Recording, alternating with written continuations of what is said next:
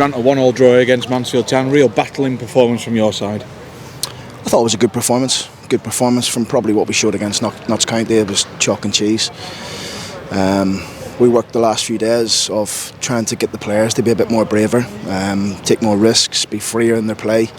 I thought today we did. I thought we were much more in control.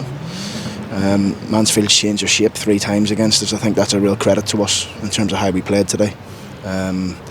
So it was a really good performance, and it's a good point on the road. So it's I was proud of the boys the way they were playing tonight, passing the ball, moving, rotating, creating opportunities. We should be 1-0 up. We've just watched the goal back. It's a very, very soft, disallowed goal. But these things aren't going our way at the minute. Listen, Mansfield should have a penalty as well. Watching it back, Mo's brought Johnson down. But I think from then on in, the referee was chasing the game a little bit. It just felt it was just stop-start a lot. But for us, really, our performance was good.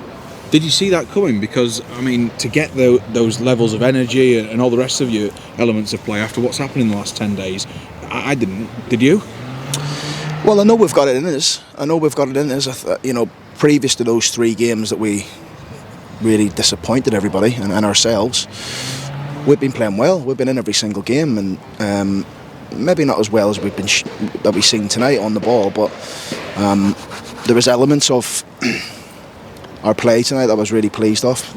Lawsy, even Lewis when he come on, the 2 centre halves, Joe and Bales, starting every attack, being calm, being in control, waiting for the movements of the midfielders, the movements of Joe Ironside, the runs of Molyneux and Mo. Both fullbacks, expansive in their play and creating opportunities. Jack's done really well for the goal. So when you have everybody taking those risks, being brave, playing with freedom, playing with a smile on your face, good things come your way, and we haven't seen it in the previous 3 games. We did tonight, and it's something we have to build on. That switch back to a 4-3-3 in essence, when did that come about, and what was the thinking behind it really? We felt it was probably the best shape to play against Mansfield. We've watched them diligently. We knew they're a really good team, very efficient. They work hard, they've got good players, they're dangerous. Every cross that comes into the box, they have people running with real pace to try and score against you. Hence you've seen in the first goal where the right backs ran the length of the pitch to score. We felt that we could get a hold of the ball. I said to you after the Notts County game, we need to start taking the ball more and taking more risks and getting on the ball and not bothered about losing the ball. It's more about the reaction, and I think we've seen that tonight. Do you sense that more players are suited more to that system, or that they feel more comfortable in it? No, I mean I don't think it's anything to do with the system. I think it's more to do with the bravery on the ball. Like systems are systems. It's how you play. It's how you keep the ball, move the ball. In fact, we actually played on a diamond tonight. So even though you think it was a 4-3-3, so it just goes to show that systems it don't mean anything really. It's how you get on the ball, how you move, how you create opportunities and overloads. And we hadn't seen it in the last 3 games. We didn't see it. We've seen it tonight. Going a goal down, it would have been easy for your side to fold and say, it's another one of those nights, but they didn't. They dug in and they stuck at it, and they're quite undeterred in the way they went about the business. Yeah, we had some good opportunities as well.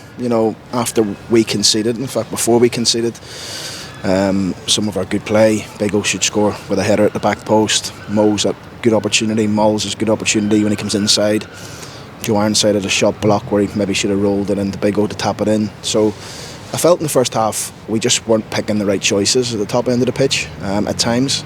Second half we did, with the move from Jack Senior picking out Joe, and then you get your luck with that when it breaks to him, and pleased for him because he was so disappointed after missing the penalty the last game. Yeah, how is he after all what's gone on in the last 3 or 4 days? Yeah, he was disappointed, but I spoke to him on the evening of the game just to tell him how much I trust him in them areas and how big he is and how important he is, and I think we've seen that tonight. That's 14 goals in all competitions at the halfway stage of the season. Not bad going at all. Yeah, good going. Joe will tell you should have more, and that's what I like. He's hungry to score goals. There was a good opportunity tonight as well for Mo to add to his tally when Mols has just left it across the 6-yard box. He should be there tapping that in, but it's these are. I'm pleased with the boys tonight. It was a good performance. Ian Lawler, what was the problem with him? He's just felt his hip flexor kicking the ball, so he probably shouldn't have kicked it. He should have passed it, to be honest, and passed it out to Joe.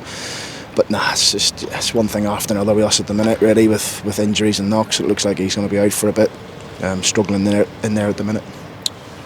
Overall, though, tonight, what can that do for you after what was a... How have you coped with the last 10 days? Being really calm about it. I know this is a project at this football club. I know it's going to take a bit of time. This is the Mansfield team we played against tonight. Nigel's been here 4 years, I'm not sure.